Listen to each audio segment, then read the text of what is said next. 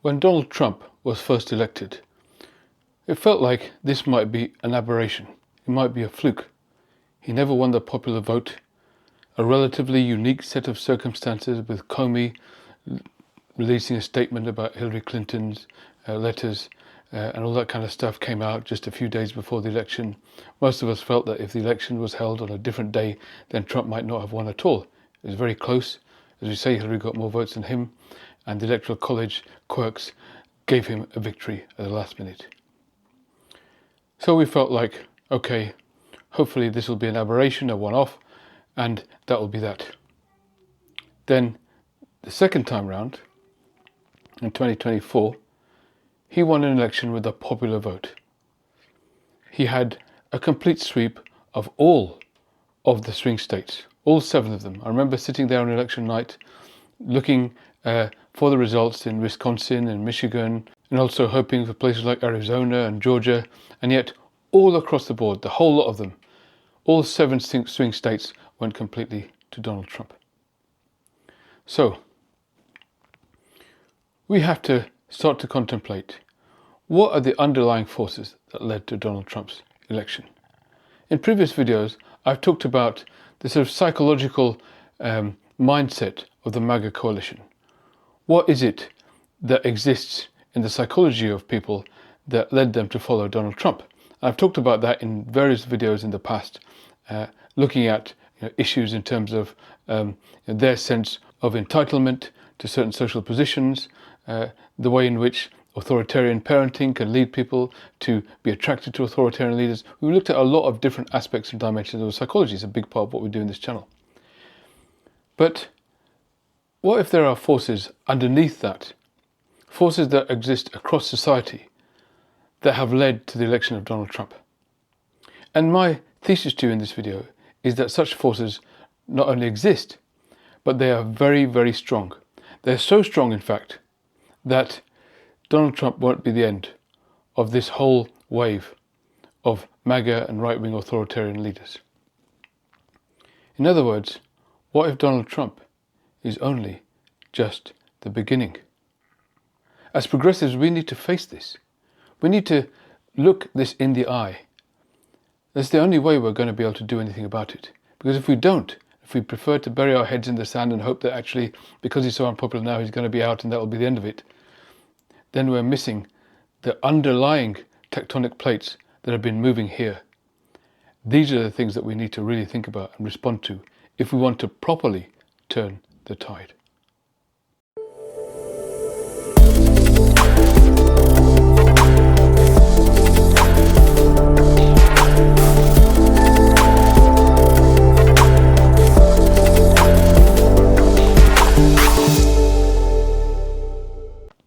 And it's not just about turning the tide in the States.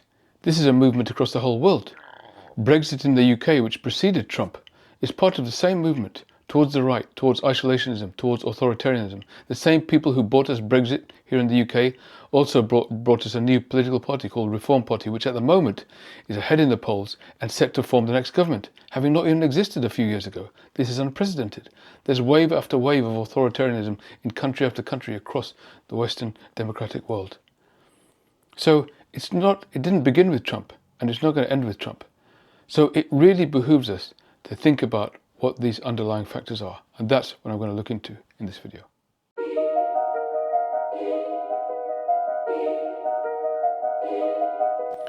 So our economy has turned on its head in the last 20 years. It's become something completely different to what it was only a couple of decades ago. Assumptions and expectations that existed amongst the whole mass of sort of middle class and working class, America and UK and the rest of the world, all of those assumptions have disappeared within the course of a couple of decades. But all of this degeneration in expectations and living standards started lots earlier than that. Goes back about 40 years. It goes back to the 1980s actually, when Margaret Thatcher in the UK and Ronald Reagan in the US were elected. You see, what they did is that they decided that they wanted a completely new economic system, and what they were going to do is bring down taxes, first of all, for the very rich. Now, tax rates in both the US and the UK were as high as sort of 90% for people who had a super wealth. So, in those days it was tens of millions. These days it'll be hundreds of millions. But the super wealthy had very high marginal tax rates. Why? Because they wanted to stop the accumulation of massive amounts of wealth in the hands of a few people. And that was actually how it was since the war. And that was a period of time of great economic growth and a lot of social progress and a lot of advancement in terms of the economies and the equality and the social justice across all of these countries. Now, those were all abolished in the early 80s. And we started to see a real shift in the degree of inequality that exists in society. Let's take a look at this graph. This graph shows you ratios that compare the earnings and the wealth of the top 10% compared to the bottom 10%. So the 90-10 graph that you see there is about comparing the 10th percentile to the 90th percentile. So the top 10% of wealthy people in the country compared to the bottom 90%. And then the 2080 graph is the line is the top 20% compared to the bottom 20%, the 20th and 80th percentile.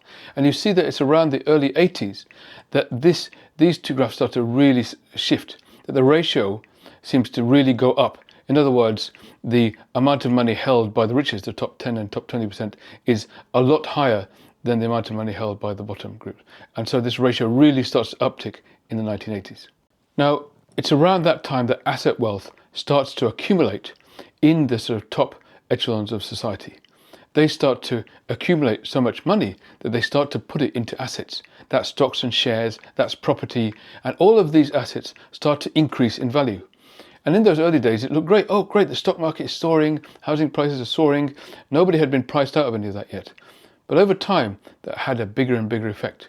So a lot of asset wealth now is owned purely by the very rich. Who's benefited from this surge? The richest 1%, who now own half the entire stock market. But the typical worker's wages have barely grown. Most Americans haven't earned nearly enough to save anything. This then built up and up and up, and assets have been concentrated in fewer and fewer hands over the years. And instead of it slowing down in recent years, that process has actually gone into hyperdrive, into an extreme state of wealth redistribution upwards because of two major events. The first major event that led this dam to burst, that led this increase in inequality to become a sudden chasm, was the 2008 financial crash. Now, because there was fear about banks actually ceasing altogether and people not being able to withdraw their money from banks, the governments then poured money into the banks. What happened then, of course, is that bankers managed to pocket most of that money themselves. And so that the wealthy, the asset rich, managed to build up their assets further. And so a great deal of that money, the trillions of dollars that had been spent around the world on bailing out the banks, ended up being kept by the banks themselves and the super wealthy who worked in them, worked with them, and were funded by them. We needed another New Deal before people's bank accounts were wiped. And this time, we tried something a little bit different. These are not normal circumstances. The market is not functioning properly. Instead of doing something utterly reckless, like revamping and updating laws to protect workers or creating programs to help the middle class so we could be, on par with the rest of the developed world, we figured that if we just gave $700 billion in bailouts to banks, that money would trickle down and more or less accomplish the exact same thing. Now, you're never going to believe this, but it did not. Ultimately, while unemployment and foreclosure skyrocketed, the banks experienced a generous heaping spoonful of socialism. And to pay for this, we borrowed money and we printed money. So that led this sort of creeping growth in inequality to become a sprint into a whole new territory that we hadn't seen before. And a few years after that, just about a decade after that, we then got hit by another massive event that heightened inequality in ways that we could never have predicted, and that was the COVID pandemic. See, what happened then is that governments, again, needed to bail out the economy. So they started printing money. And they gave those monies to various businesses, to different people in furlough schemes, so that they could still get an income, they could still feed themselves because they weren't able to go to work. Now, for many people, that money was spent directly on paying for food, paying for rent, keeping them alive. But for some people who got that money, they didn't really need to spend it that much, because some of it, yes, they spent on food and rent, but they had enough cash to manage themselves, and that money would have been used, money that would have been used for doing things like going out and sort of entertainment, they couldn't spend because there were lockdowns. So in the end, a great deal of money started to be saved. And instead of saving money in the bank because interest rates were so low, people ended up putting money into stocks and shares. So in the end, the money ended up finding its way into assets again. And so the very rich are the ones who benefited the most, because they're the ones who hold most of the assets, as we saw in a previous clip. And so as a result of this, asset wealth again, and the wealth of the super rich, the ones who already have most of the assets, started to blow up even more acutely.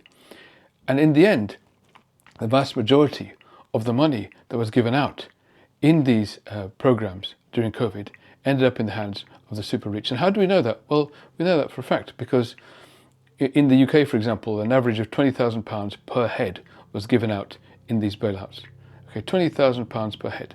Now, does every person watching this video, and this is about the same in the US, does every person watching this video remember receiving that much money during the coronavirus? Are we all that much richer now? No, of course not. That money has found its way into the hands of the super wealthy. And as a result, US billionaires have accumulated an extra $2.1 trillion in wealth, just as a result of the coronavirus pandemic. So this has led inequality to go into literal hyperdrive, so that across Europe and North America, the richest 10% of families hold 70% of all the wealth. So the richest 10% hold 70% of all the wealth, and the bottom 50% hold only 2% of all the wealth. So that really shows inequality exploding into hyperdrive there.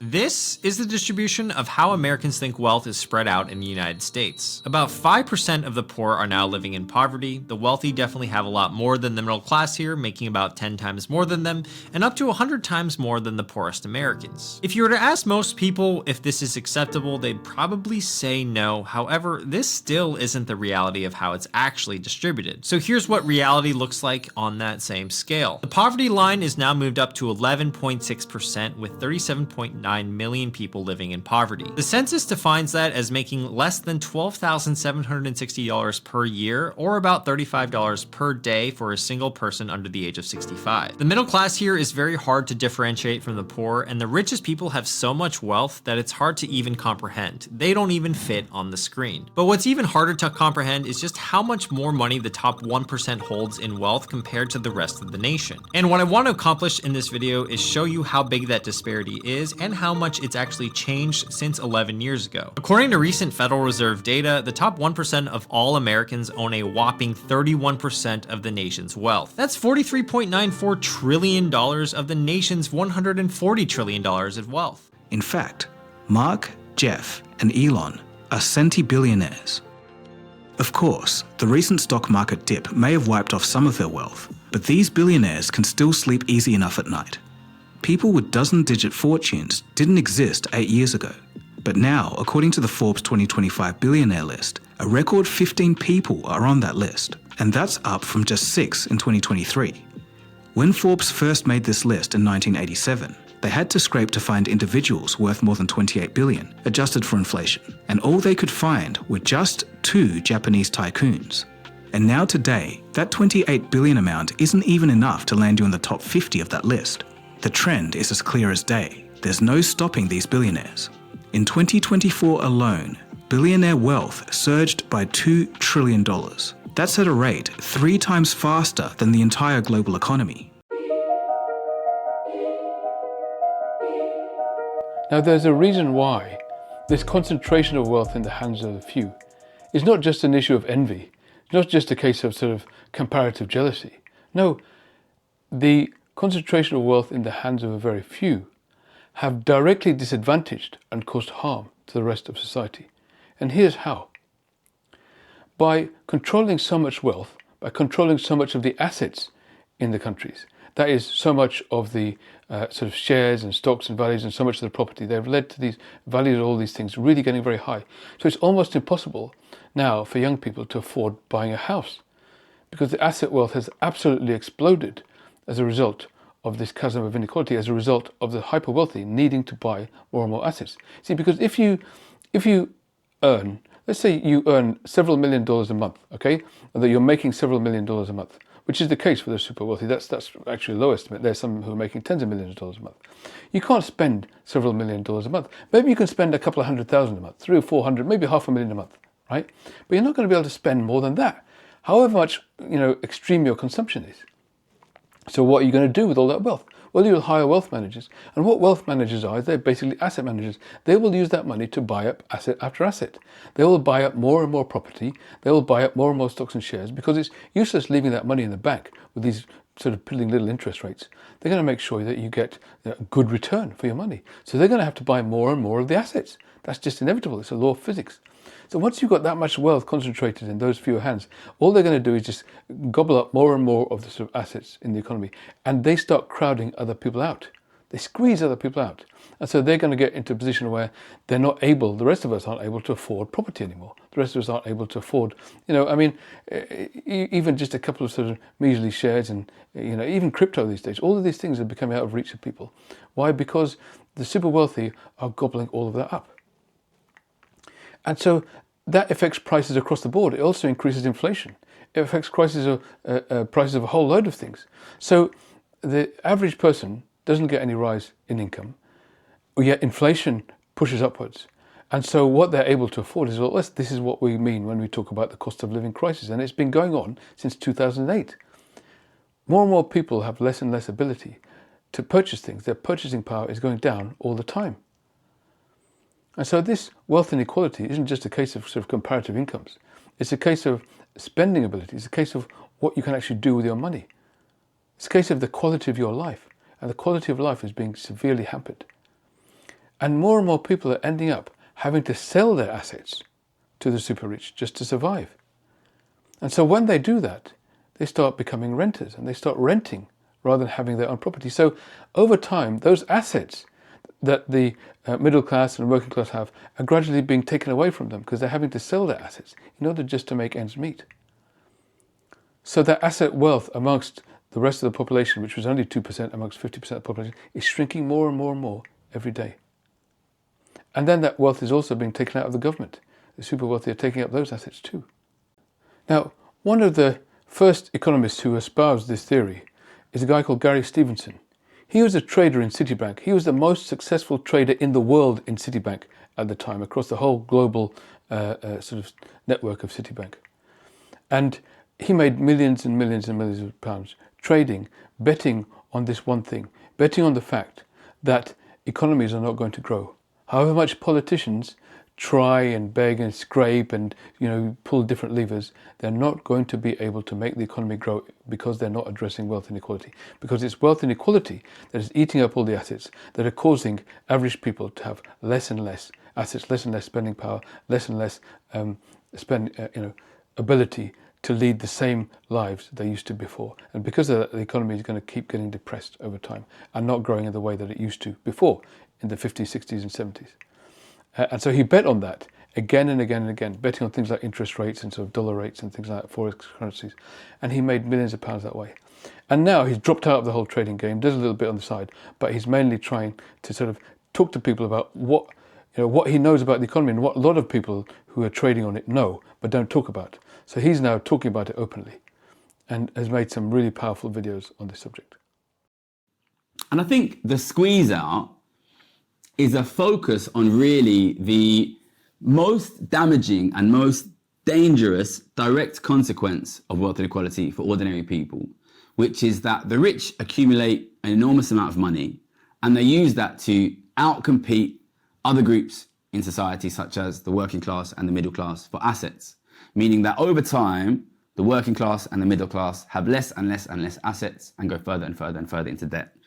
And to be honest, it was an understanding of this phenomenon which actually led me to become interested in wealth inequality in the first place. When I was a trader in the aftermath of 2008, everybody was predicting a strong economic recovery, but I couldn't help but notice that ordinary families were getting poorer and poorer year after year, generation after generation, and so were the government. And this was basically what led me to understanding that inequality is important. But this is the way that it goes. The working class gets squeezed out first, then the government gets squeezed out, then the middle class gets squeezed out, and eventually you move to this kind of South Africa style, Brazil style, India style economy where everything is owned by the rich and no one else has anything left. This is what is dominating our political narrative. So what's really clear is that as we get squeezed out of the assets, more and more of us are no longer able to own things, and we gradually rent more and more stuff. So the percentage of people in the UK, for example, who are renting properties instead of owning them has doubled in the last 10 years. And that rise is happening across the West. Less and less people are owning stuff, more and more people are renting stuff, and that is happening across the economy. So these days, do you remember the days when you used to be able to buy a piece of software? You used to be able to buy a word processing software and things like that. You just buy it and that was it. It would be with you. You might get updates occasionally, but you would just basically buy it. These days, it's almost impossible to buy things. You have to keep renting them. You end up having to pay a subscription for more and more things because that's the nature of the economy that the super wealthy are creating, where they're creating more and more products that you can't actually buy, but you have to rent. So that way they keep an income stream from them. So they're turning them into assets. So everything they produce is becoming an asset that they can keep charging people for. So you don't own things, you have to rent them. Now they're doing exactly the same thing with this process called planned obsolescence, making things in a way that ensures they can only be used, for a set number of months or years, and then you have to replace them.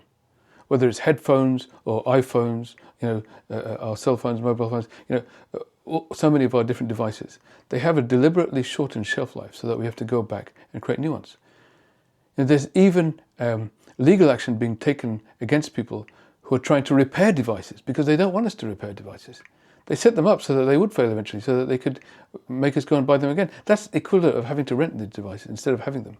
There was a time when devices would last for life, when TVs and electronic devices would be things we would expect to have for decades, but not anymore, because they're designed that way. Effectively, they're creating assets out of them so that we're paying them rent regularly. Look at the phone or the laptop that you're watching this video on. You think you own it, right? Well, you kind of don't. Over the years, you and I have slowly lost control and ownership of the products we buy. Maybe you've noticed it, maybe not, or maybe it just hasn't bothered you yet. But the fact of the matter is that we're being punished for wanting to make decisions about how we maintain, repair, use, and operate our devices and software. From cars to TVs, laptops and phones, fixing things has become a nightmare.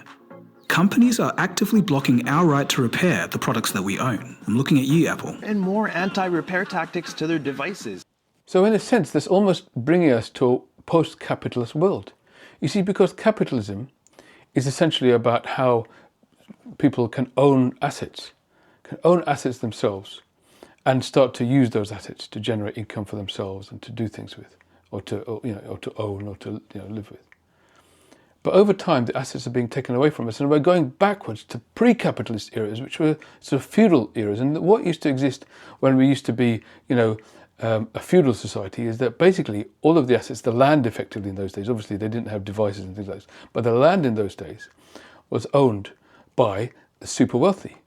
They owned the land, and the rest of us would basically work on the land and pay rent to the landlords to work on the land and to sort of make some money from the things that we sold from the land, and give the regular rent back to his lordship, right? So there are feudal economies, or ways in which nobody really owned the assets. The assets were owned by a small number of people, and everybody else had to sort of try to eke a living through the assets that they are lent by the landlords who own all the assets. And they're the ones who basically do nothing. They don't have to work, but they just collect all the rent. That was a feudal society, pre-capitalist, and we're basically going back to that. Yanis Varoufakis recently, the very esteemed economist, wrote a book called Techno-feudalism. We're now going back to a feudalist society, but it's a techno version of it.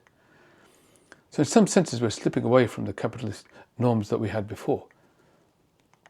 And all of this is creating layers and layers of massive hardship for people. On the one hand, we have this groaning middle class, this squeezed working class, who have less and less, who are finding it harder and harder to feed their children, to get through the day, to buy a house, to get a roof over their heads, to afford the rent which they have to pay now. So this economic force is vast. And on the other hand, we have a smaller and smaller group of oligarchs, of super, super, super rich with wealth beyond anything we could ever imagine, anything any of our generations have ever conceptualized in the past. And they are basically buying up our politics to make sure that the right people win, who keep this inequality going for them. So if you look at Trump's recent election victory, yes, Elon Musk donated $250 million. We know that, right? The richest man in the world spent hundreds of millions of dollars to get another billionaire elected. But what we don't hear about very much is that there were half a dozen people who donated over $100 million to Trump. So it wasn't just Musk. There's half a dozen families who donated over $100 million there. People like Timothy Mellon, Miriam Adelson, Ken Griffin, and many others. Between them, altogether, they donated over $900 million. That's nearly $1 billion from just a handful of people who donated to Trump. These are the super rich who are keeping their own Donald Trump, one of their own, in power in order to serve their needs.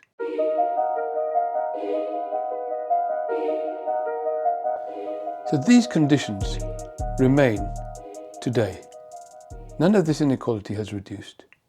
None of this has gone away.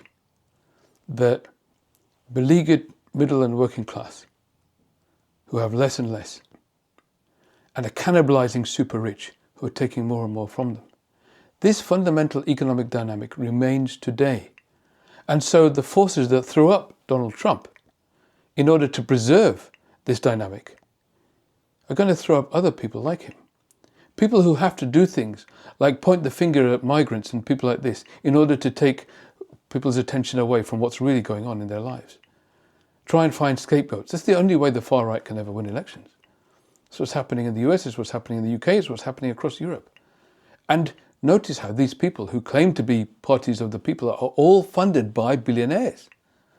So these fundamental economic forces are continuing. They remain today. And not only that, we don't just see inequality of wealth. We see a vast inequality of political power that goes along with that. As you've seen, the richest people are the ones who have more power than anybody else to elect a president. Half a dozen of them can get together and get someone to win an election. Whereas the rest of us have to scrape and save a bit of money to donate, and it doesn't make much difference. So the inequality of wealth is mirrored with the inequality of power. And it's a vicious cycle. In my opinion, in order to change this, we need to fight on both fronts at the same time.